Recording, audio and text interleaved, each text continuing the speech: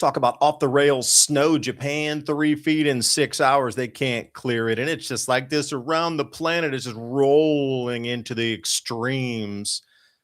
Let's take a glimpse into it.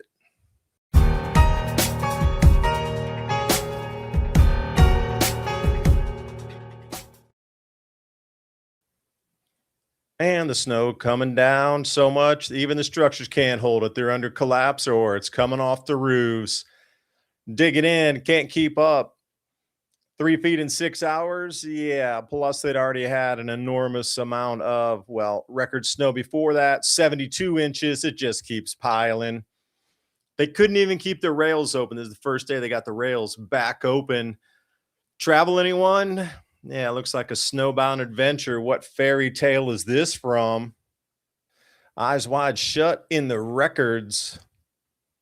Well, this island gets snow every single year, but this level, unheard of.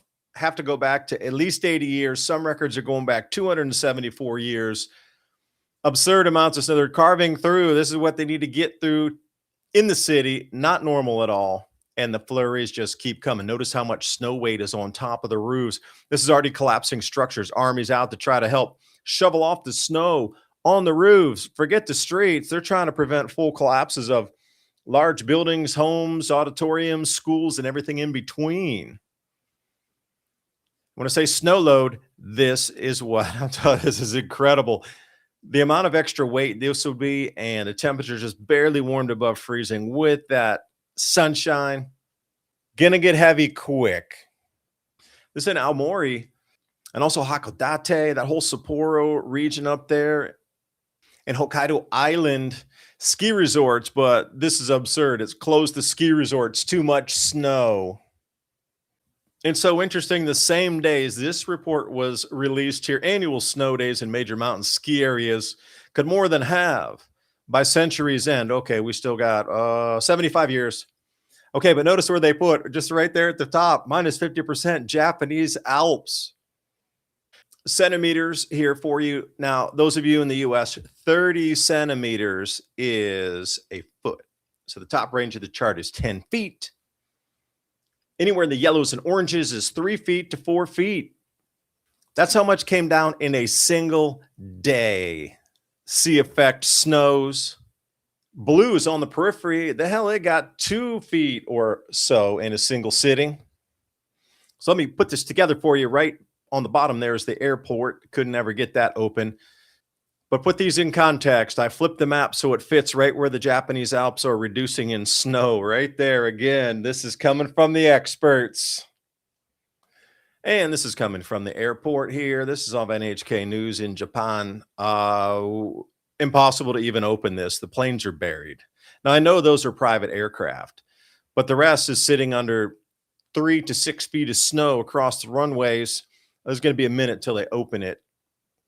And Brian, up at Into Thin Air, breaking Japan's largest snowstorm ever. Some areas experience 47 inches in 12 hours.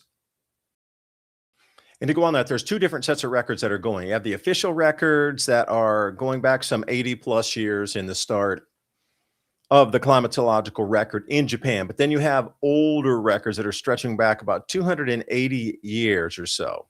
So, you know, the vast history of Japan, they knew when these cycles of food destruction came in, when they couldn't plant or harvest, they couldn't get the bounty, the yields that were needed to sustain the society. Those were written down. And there's an enormous amount of study done on this, that ebb and flow of the cycle of food production, apex food production declines, the yield declines, and then the infighting that it caused. These warlords slash shoguns, you know, they were protecting their areas. They raided others to try to get food. It's just been like this through the islands. And then we see this predominantly in China as well, the rise and fall of the dynasties. So no dynasty in China has ever lasted more than 400 years. Now you can go check that for yourself. I wish you would. And you have to ask yourself why. Why in these major dynastic periods do they collapse every 400 years? Food production decline. On January 5th, 2026, the U.S. Department of Energy announced $2.7 billion in contracts to restore domestic uranium enrichment capabilities. On January 14th, the U.S. administration showed their support again. The White House invoked Section 232 via an executive order, a formal declaration of U.S. resource independence. It's a mandate. Energy security is now synonymous with national security. And the U.S. government is deploying its full physical and regulatory arsenal to secure the nuclear fuel cycle within North America. Here's the reality. The U.S. consumes over 50 million pounds of uranium annually, but produces less than 1 million pounds domestically. That means we're dependent on foreign suppliers for 98% of our uranium, a critical vulnerability for national security, power generation, and advanced defense systems. This is where Atomic Minerals comes in, trading on the TSX venture under ATOM Atom, and in the United States, OTC under ATMMF. So leadership includes members who were behind the discovery and $654 million sale to Rio Tinto, an exit about 59 times larger than Atomic Minerals' current valuation. You do the math. Atomic controls 4 100% owned uranium projects strategically located in the Colorado Plateau. Trading at an 87% discount to the peer group average, the company presents potential upside as the market begins to recognize its strategic asset and proven management team. Uranium prices have surged, and some analysts project they could reach $100 per pound as demand outpaces supply. Atomic Minerals isn't waiting. The company has drill programs underway with exploration results pending and government support accelerating. With a government mandate, an experienced management team, and strategic uranium assets in a Tier 1 jurisdiction, Atomic Minerals is a company I'm watching closely. If you want to learn more about this critical minerals story and the team that already delivered big results, click on that link in the description. And a special thanks to Atomic Minerals for making today's video possible. That's atomicminerals.ca. And I wonder if it has anything to do with this. So just remember, moving forward, you got the official records that are about 80 years, and then you have the proper records of people documenting these tremendous events, tsunamis, volcanic eruptions, this type of snow, freezing winters, crop losses, etc., going back well over 200 years. Now, those are the ones I'm really interested in, and they're calling it most snow ever so fast. But they didn't have modern transportation. Like, this is the Army out here, also in clearing mode, and you can see the excavator kind of just buried in there somewhere. They don't really have anywhere to put the snow right now. That's the thing that Boston, remember a few years, I think it's 2015, 16, snow didn't melt off the piles they made in Boston until like July. So this is the storm coming in. You can see whoosh, that cyclonic spin, but now Tokyo and the southern islands get it. So you can see where that first cyclonic low came in. That's a sea effect snow that blew down incredible Arctic air slamming into, and they got sleet and freezing rain, just like we did in the Southeast US.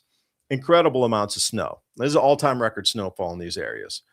But if we skip forward just a couple of days into the future, they're expecting that now Tokyo, watch from the bottom left coming off of China as it spins in, that is also going to hit, and they're going to see some incredible snowstorms coming at record snowfall for Tokyo, inbound Chiba, that whole what is considered Southern Islands area. Like in Kyushu, it's not going to be snowing down there, but Hokkaido, and then as we get sort of mid-country there, they're going to get blasted next. And you can see that freezing rain, that sleet, that incredible snowfall that is going to rock over some major cities. Wondering how Tokyo will get by with it, because this is their average dig out just in one area. It's going to take a while even to get the cars back on the streets. You know, imagine the reduction in commerce during this time. Got you before and after here. The snow's coming up this fast, you know, so think about that. In just 6 hours, whoosh, your car is completely gone. And just like the super freeze coming into America, the same Northeast, look out. You're going to be frozen. The same speed at which that snow accumulated is the same speed at which these incredibly blistering Arctic temperatures are going to come down and visit us once again. Taking you to a warm spot, Spain, floods ripping through some of the older towns. Check out this valley view. Further down, floods across the valleys and towns being warned. Get ready. So being a fan of ancient architecture, here you go. Wanted to slow this down just for a second so you can take a glimpse at the beauty of it all. And speaking of warm places, Morocco. Always wanted to visit there. Maybe I will one of these days if I get the wild urge. And standing in front of a potential landslide, probably not something you want to do. Oh, bring the kids. Bring the kids. Hell, in America, you get them taken away if you misgender. And here we got them standing in front of a landslide. Oh, my. Over to Cuba, before and after for you. Pre one loaf of bread for everybody above, and the current. How did that work out? Just asking for a friend. As I'd done the previous report, that Cuba was expected to get down to 5 degrees Celsius, which is 41 Fahrenheit, and that was going to be like a record. But you know what? They smashed through that. Officially now, 0 Celsius, 32, freezing. They hit the freezing mark at 32 degrees. So for those of you in the U.S., 0 Celsius is the freezing point. We at 32 Fahrenheit, 0 Celsius. Keep you going. Might as well put it big for you because it's exciting. It's interesting. It's the coldest they ever had. Absolute coldest record ever recorded in Cuba ever. Now, again, this is official record. So if we go back into the 1600s and we get a lot of different accounts of the Everglades freezing. Now, mix that into your analysis, see where it takes you. We're going to jump down into Central America as well. 5.4 C. That brings us right into the 40-degree Fahrenheit in Belize, of all places. Finca Los Andes, also 3.5 C. Los Altos, Guatemala City at 7. What? I was making a joke saying, hey, what if it snowed in Guatemala? Would that be an amazing event? Got to bring you somewhere here. But speaking of Belize, I can't just leave this one go. I got to bring you here, tease you with the green waters, sea breezes. It's probably 80 degrees there. Warm up in your mind. That was the whole thing about this. It was really predicted to push further south, and a lot of weather forecasters didn't really want to call it that cold because, well, that would be absurd. So 5C on a call was still absurd anyway. You're like 5 degrees, if you're going to get 40 degrees in Cuba, and they were like, whoa, that's impossible almost. But you see it snapped way below that, way below. Went from 40 down to 32. That's an 8-degree miss on that, just saying. So that means that the Keys, the final totals coming out of like Key West and Marathon Key, et cetera, are going to be lower as well. Still trying to dig in and get the ultimate temperatures, but there were, probably 50 or 60 cold records smashed across Florida along with snowfall totals. It's just we're coming into this time of extremes, and you see the banking system just ripping apart at the threads here. And you got to ask yourself, is it all connected? Because we're coming into a new setup of a new system of banking. It seems like it's begun pretty much today while I'm doing this. The release of all these emails had sent a flood and contagion of economic risk, and people are just, I'm selling everything. This is getting too weird. And they're scrambling to get monies. It's like a fire sale across everything. Even gold and silver dropped. Silver dropped another 20%. And you got all the cryptos ripping and dropping 15, 20%. Like there's a fire sale. Stocks are down everywhere you look. Bond yields going crazy in Japan. Speaking of things, got to be an intervention there. China selling all their treasury bonds back at seemingly a one fell swoop. And I remember there was a term for this, and it was something like the ice move or something. I can't remember the exact freezing phrase that was associated with it. It all seems to be occurring right now. So ask yourself, why right now? And bringing it back to the cold to finish off here, this is the Bumbogenesis that was spun off the East Coast, dropping record snowfall on North Carolina, of all places, Nags Head, that whole area. And you can see the snow that was left behind. So why don't I give you a visual as it departed, leaving all of that. And we are out in eastern Tennessee, got about 6 inches out here. What is left? The white snowy powder. Yay. And also, that is the ice that is down through Mississippi and Tennessee that is still, the power's not on almost 2 weeks after the event. In the United States, not on for the power. Still, that's shocking, shocking. This will come from Ben Knoll, the analysis, December 1st to January 27th. This is off the European model run.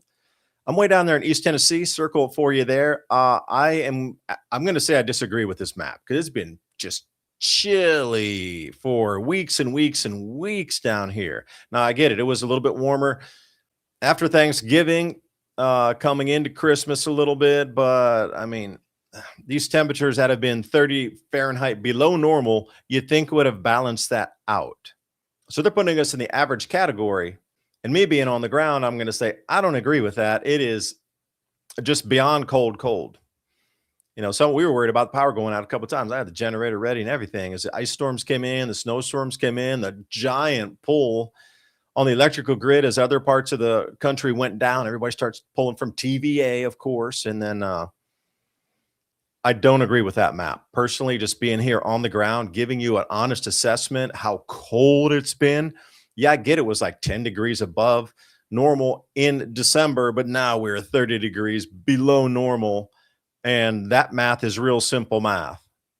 So it doesn't seem to pan out for me. But that's just my own assessment right here on the ground.